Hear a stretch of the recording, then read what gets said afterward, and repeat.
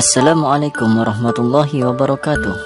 Tahukah kamu, para pahlawan juga bersatu dan bekerja sama melalui cara diplomasi dengan tujuan untuk mendapatkan pengakuan kedaulatan kemerdekaan bangsa kita.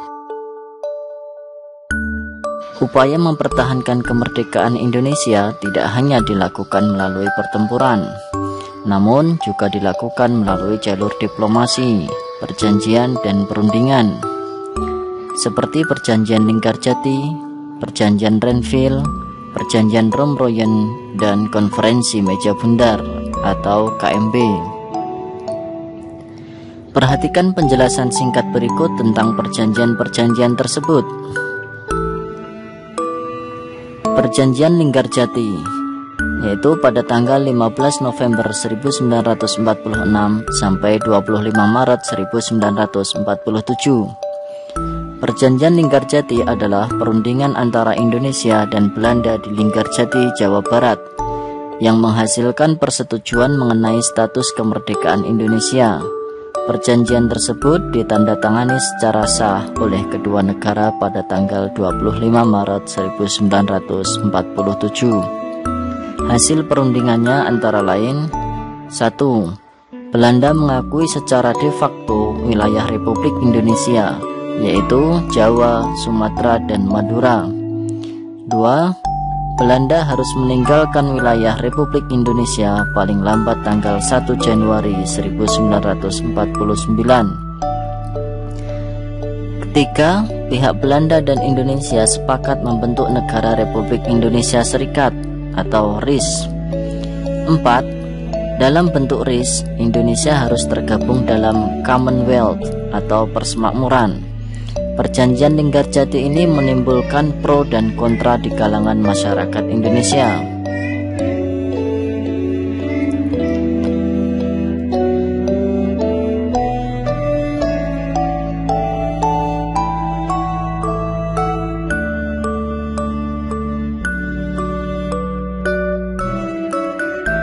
Selanjutnya ada Perjanjian Renville, berlangsung pada tanggal 8 Desember 1947 sampai 17 Januari 1948. Perjanjian ini dilakukan antara Indonesia dan Belanda.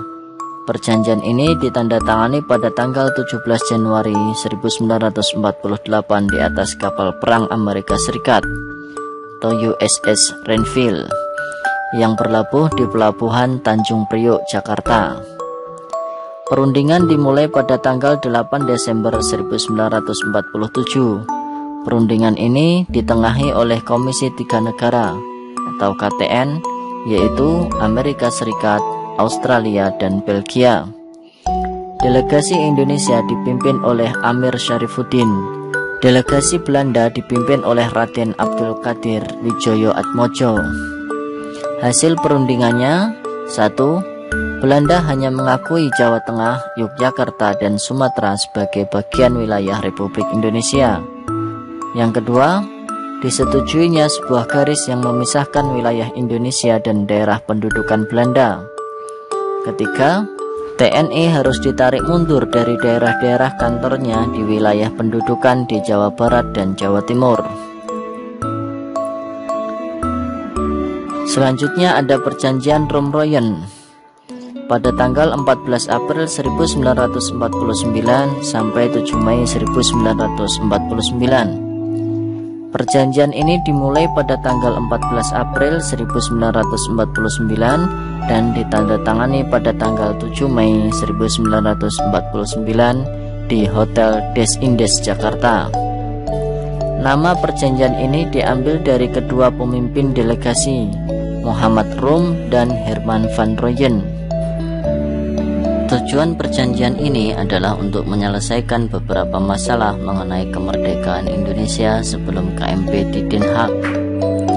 Hasil pertemuannya yang pertama, Angkatan Bersenjata Indonesia akan menghentikan semua aktivitas gerilya. Pemerintah Republik Indonesia akan menghadiri KMP.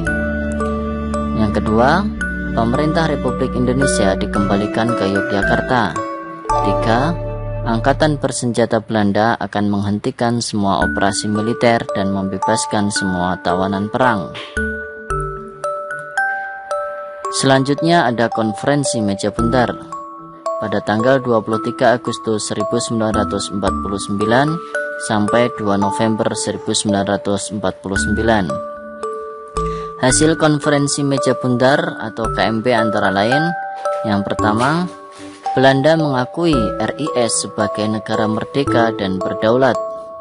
Status Irian Barat diselesaikan dalam waktu setahun sesudah pengakuan kedaulatan. Yang ketiga, akan dibentuk Uni Indonesia Belanda. Yang keempat, RIS mengembalikan hak milik Belanda dan memberikan hak konsesi dan izin baru untuk perusahaan-perusahaan Belanda.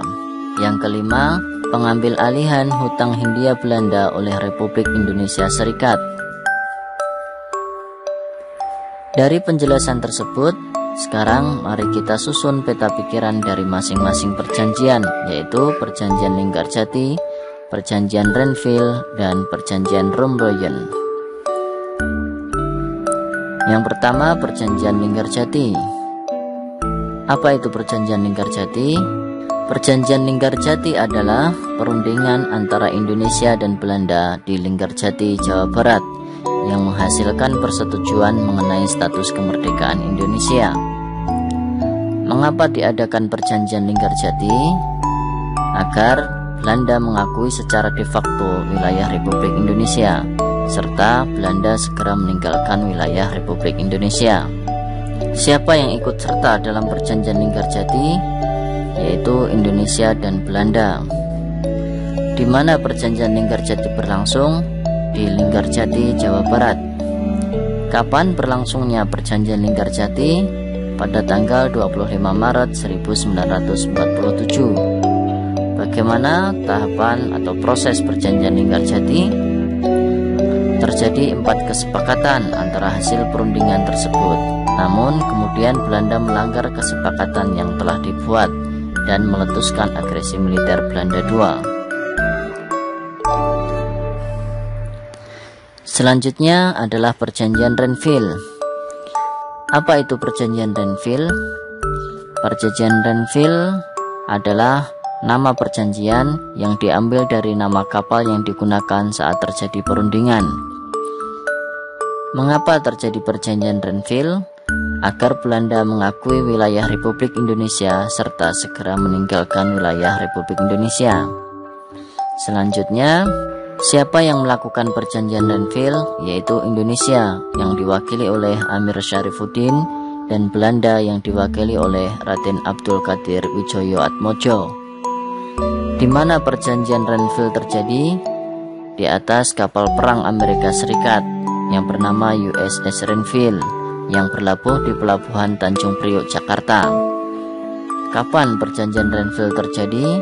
Pada tanggal 8 Desember 1947 sampai 17 Januari 1948. Bagaimana terjadinya Perjanjian Renville? Perundingan ini ditengahi oleh Komisi Tiga Negara atau KTN, yaitu Amerika Serikat, Australia, dan Belgia. Perundingan ini menghasilkan 3 kesepakatan. Selanjutnya adalah Perjanjian Romroyen. Apa itu Perjanjian Romroyen? Nama Perjanjian Romroyen diambil dari kedua pemimpin delegasi, yaitu Muhammad Rom dan Herman van Rompuy. Mengapa terjadi Perjanjian Romroyen? Untuk menyelesaikan beberapa masalah mengenai kemerdekaan Indonesia sebelum KMP di Den Haag. Siapa yang ikut serta dalam Perjanjian Romroyen? Yaitu Indonesia yang diwakili oleh Muhammad Rom dan Belanda yang diwakili oleh Herman van Rompuy. Di mana terjadi Perjanjian Romroyen? Di Hotel Des Indes, Jakarta. Kapan terjadi Perjanjian Romroyen? Pada tanggal 14 April 1949 sampai 7 Mei 1949. Bagaimana terjadinya Perjanjian Romroyen? Perjanjian tersebut berjalan selama 24 hari dengan menghasilkan 3 kesepakatan. Setelah mempelajari berbagai macam perjanjian tersebut, Sekarang kamu mengetahui bahwa upaya mempertahankan kemerdekaan Indonesia juga dilakukan melalui upaya diplomasi untuk mencapai kesepakatan. Agar tujuan diplomasi tercapai, maka diperlukan kerjasama dan persatuan dari semua pihak. Pada pembelajaran sebelumnya, kamu dan kelompokmu telah merancang naskah drama tentang makna dan manfaat persatuan dan kesatuan. Sekarang mari kita jawab beberapa pertanyaan berikut. Apa makna persatuan dan kesatuan menurut pendapatmu?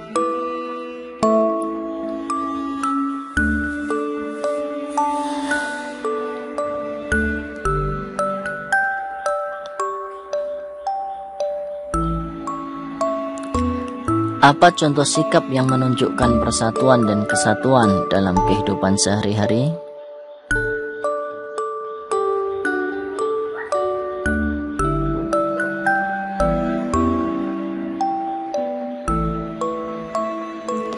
Apa manfaat dari persatuan dan kesatuan?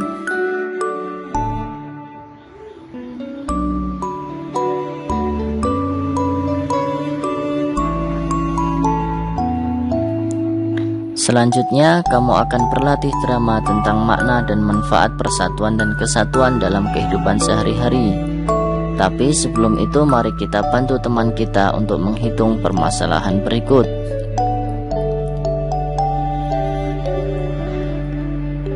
Persiapan drama menggunakan beberapa pita.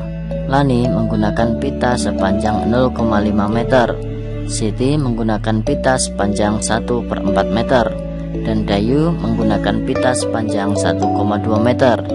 Siapa yang menggunakan pita paling panjang? Untuk menjawabnya, untuk mengetahui siapa yang menggunakan pita paling panjang, maka kita urutkan dari yang terpanjang sampai yang terpendek. Nah, sebelumnya yang diketahui, Lani menggunakan pita sepanjang 0,5 meter. Kemudian Siti menggunakan pita sepanjang 1/4 meter. Nah, 1/4 meter ini kita jadikan sebagai pecahan desimal. Caranya adalah kita hitung di sebelah kanan, yaitu 1 dibagi 4. 1 dibagi 4 tidak bisa, maka kita tambahkan 0. Karena kita tambahkan 0, maka di bagian hasil kita juga tambahkan 0, selanjutnya setelah ditambahkan 0 hasilnya 10. 10 dibagi 4 sama dengan 2. 2 dikali 4 sama dengan 8. Selanjutnya kita kurangkan, 10 dikurangi 8 sama dengan 2. 2 dibagi 4 tidak bisa lagi, maka kita tambahkan 0 lagi. Ingat ya, jadi kalau tidak bisa dibagi atau kalau dibagi jumlahnya tidak mencukupi, maka kita tambahkan 0 di belakangnya. Setelah kita tambahkan 0, maka kita bagi 20 dengan 4. 20 dibagi 4 sama dengan 5. 5 selanjutnya kita kalikan 4. 5 kali 4 sama dengan 20. 20 dikurangi 20 sama dengan 0. Jadi 1/4 sama dengan 0,25. Selanjutnya, pita Dayu adalah sepanjang 1,2 meter. Setelah kita tahu semua panjang pita dalam bentuk desimal, maka kita tinggal mengurutkan. Urutan panjang pita dari yang terpanjang yaitu kita bandingkan dulu angka pertama, angka yang paling depan. Ada angka 0, 0, dan 1. Maka yang paling besar nilainya adalah yang angkanya paling besar, yaitu angka 1. Sehingga nilai yang terbesar adalah 1,2.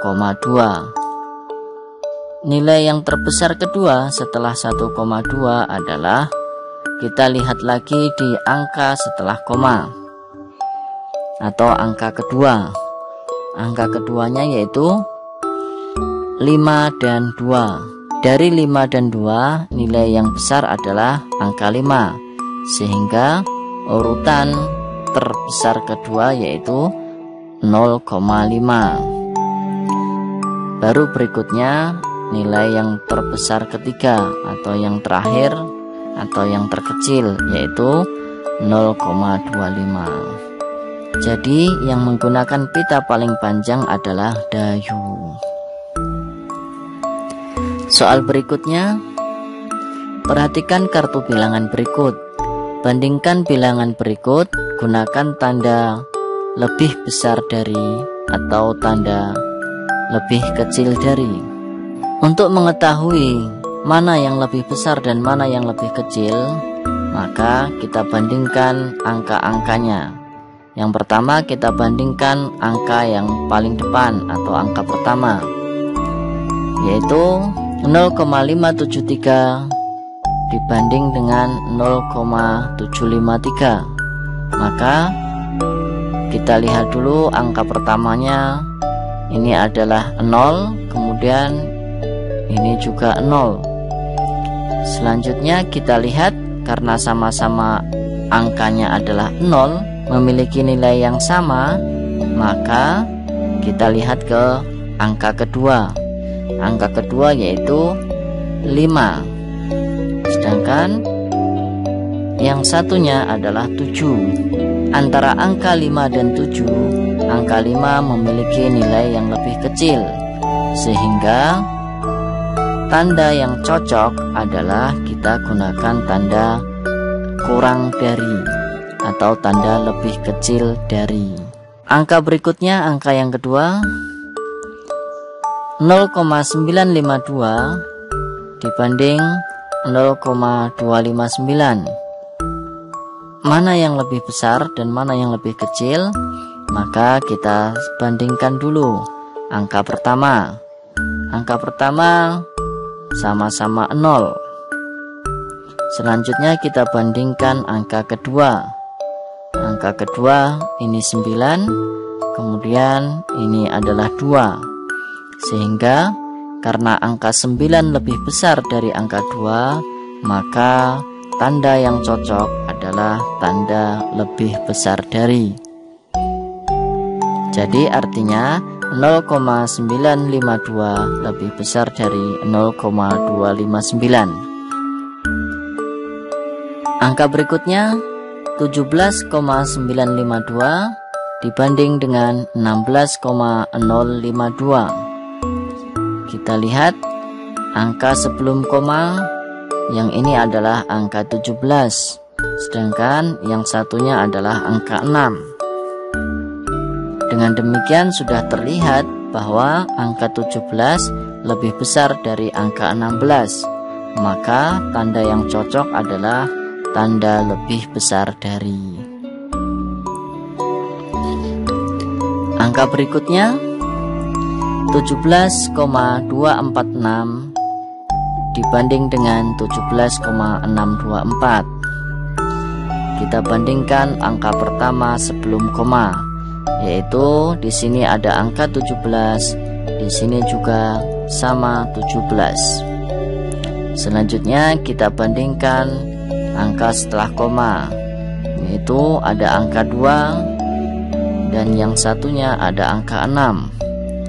Dengan demikian terlihat bahwa angka 2 lebih kecil daripada angka 6. Maka tanda yang cocok adalah tanda kurang dari atau lebih kecil dari. Soal berikutnya, urutkan bilangan pada tabel tersebut dari yang terkecil hingga terbesar. Karena urutannya adalah dari yang terkecil ke yang terbesar, maka kita bandingkan angka-angka sebelum koma.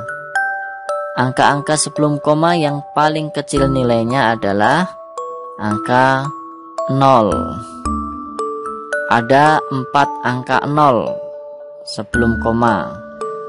Maka kita bandingkan lagi dari keempat angka tersebut. Angka setelah koma yang terkecil adalah, kita lihat ada 3, ada 4, ada 6, dan ada 3 lagi. Di sini angka 3 adalah angka yang terkecil, namun masih ada 2 angka yang memiliki angka 3. Selanjutnya kita bandingkan lagi yang sama-sama memiliki angka 3. Kita bandingkan angka selanjutnya, yaitu angka 4 dan ada angka 2. Nah, dengan demikian terlihat bahwa angka 0,32 memiliki nilai yang paling kecil, sehingga kita tuliskan di sini. Berikutnya berarti angka kecil selanjutnya adalah angka 0,343. Angka kecil selanjutnya berarti adalah 0,433. Dan angka kecil berikutnya adalah 0,6.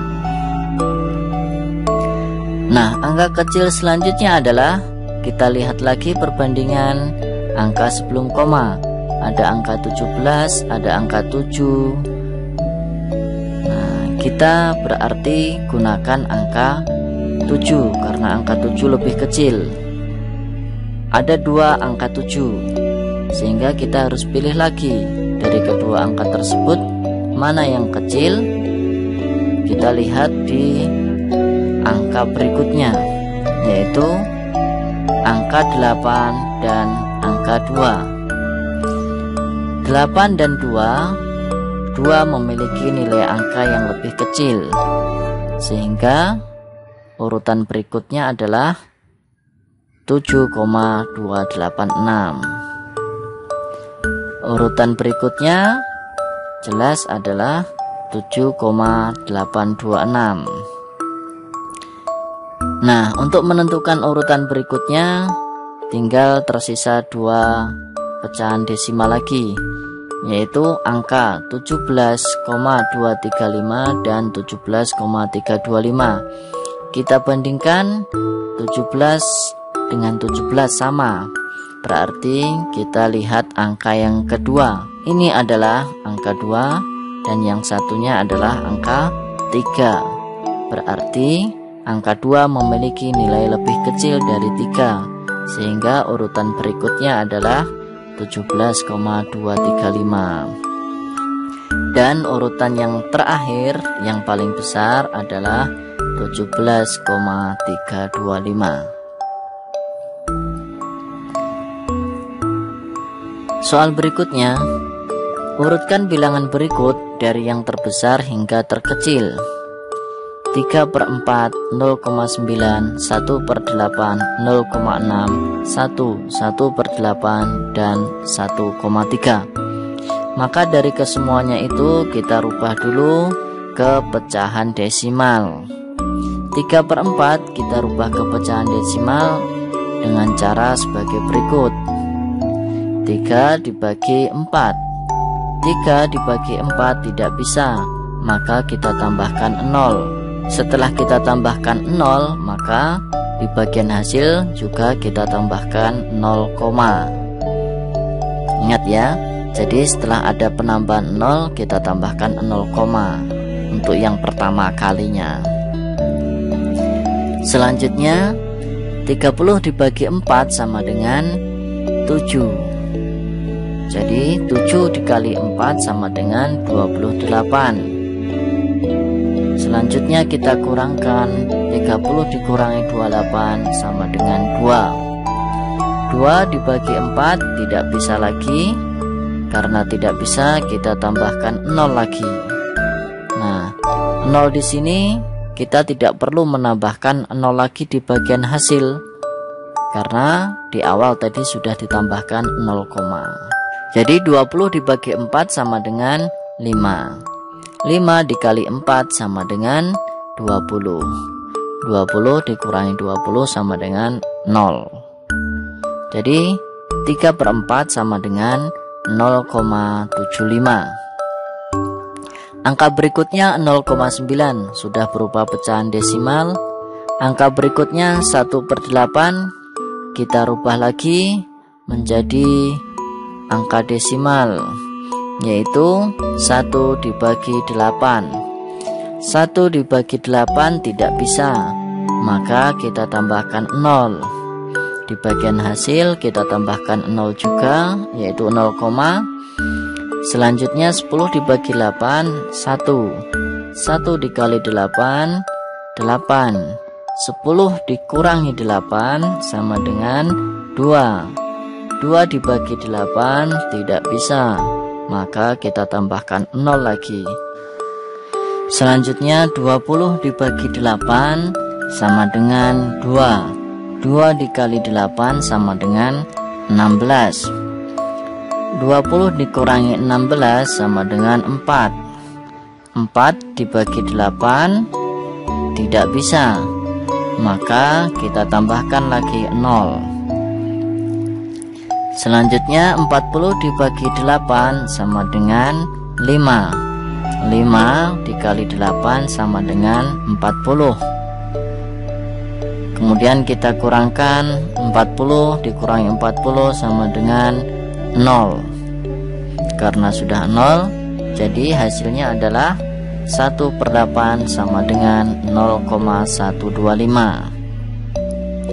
Angka berikutnya 0,6 sudah merupakan bilangan desimal, dan berikutnya 1/8.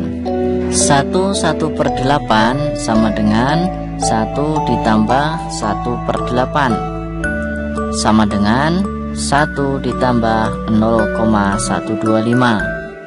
Kenapa 0,125? Karena 1/8 nilainya sama dengan 0,125.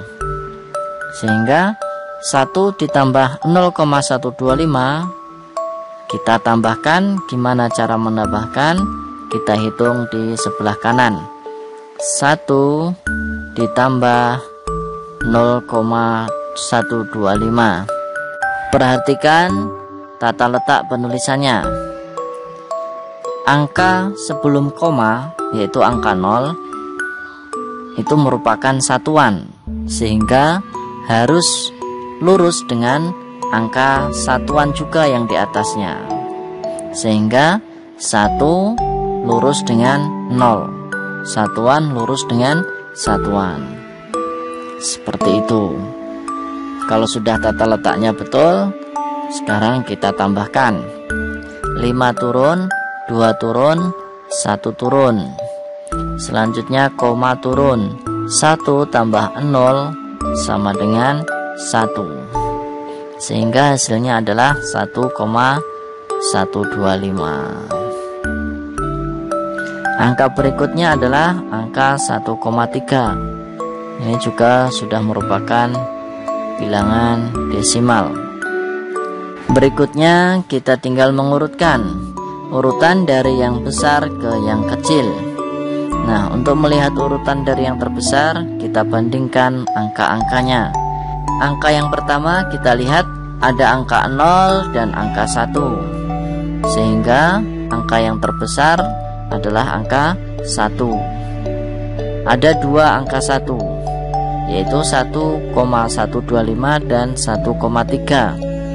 Sehingga kita lihat perbandingan angka kedua, yaitu ada angka 3 dan angka 1. Maka angka yang besar adalah angka 3. Jadi urutannya adalah 1,3. Ini adalah angka yang terbesar. Selanjutnya baru 1/8.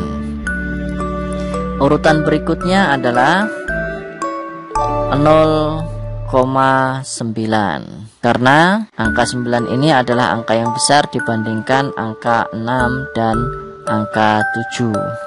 Urutan berikutnya adalah 0,7 atau 3/4.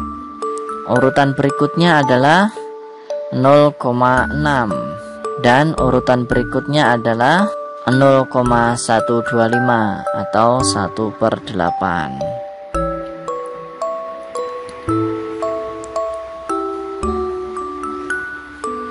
Demikian, agar kamu semakin paham, kamu bisa membuat soal seperti latihan di atas.